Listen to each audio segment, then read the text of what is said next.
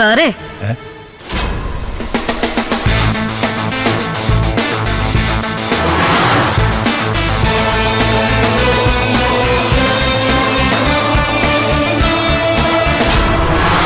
ഞാൻ ദേവിക.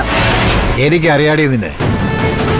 ഭർത്താവിന്റെ ചങ്ക് പറിച്ച് വിറ്റ് കാശുണ്ടാക്കിയവൾ. പിന്നെ ആ ചങ്കിന് കാവലിരിക്കാൻ ഒളിച്ചു പോയ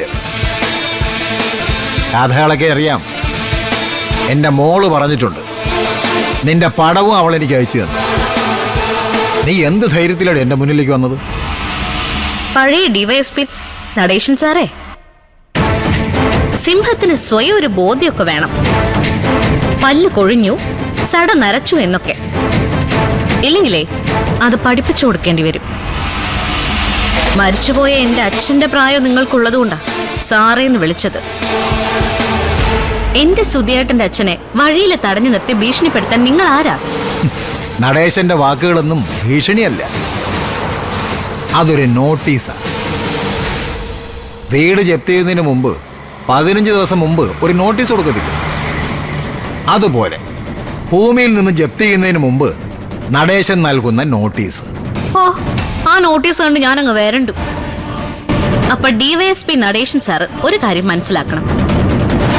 ഈ കാക്കി കണ്ടാൽ ഭയന്ന് വീട്ടിൽ ഒളിക്കുന്ന പെമ്പിള്ളേരുടെ കാലമൊക്കെ കഴിഞ്ഞുപോയി സർ. ഇതടിച്ച തിരിച്ചടിക്കുന്ന പെമ്പിള്ളേരുടെ കാലം. ഞാൻ ഇപ്പൊ തന്നെ നിങ്ങളെ കാണാൻ വന്ന എന്തിനാണെന്നറിയോ? നിങ്ങളുടെ ഭീഷണിയുടെ വാറോലയൊന്നും എന്റെ സുധിയേട്ടന്റെ അച്ഛൻ്റെ അടുത്തേക്ക് വേണ്ട എന്ന് പറയാനാ. ഭീഷണിപ്പെടുത്തിയ നീ എന്ത് ചെയ്യൂടി? നടേശൻ സാറ് പഴയ ഡിവൈഎസ്പി ആണെങ്കിലേ എന്നെ സംബന്ധിച്ച് എന്റെ DGP എന്റെ അച്ഛനാ. എന്ന് വെച്ചാ എന്റെ സുധിയേട്ടന്റെ അച്ഛൻ. എന്റെ അച്ഛന് നൊന്താ പിന്നെ ഞാൻ എന്ത് ചെയ്യുന്നു എനിക്ക് തന്നെ അറിയില്ല. മോള് ചന്ദ്രലേഖയോടൊന്ന് പറഞ്ഞേക്കണം, അപ്പനെ ഈ ചതുരംഗക്കളത്തിൽ ഇറക്കി കളിക്കാൻ ശ്രമിച്ച സ്നേഹമൊക്കെ മറന്ന് ദേവികയും കളത്തിൽ ഇറങ്ങുംന്ന്. അപ്പൊ ആദ്യം വീഴുന്നത് കാലാൾപ്പട ആയിരിക്കത്തില്ല, രാജാവും രാജ്ഞിയും കുതിരയൊക്കെ ആയിരിക്കും.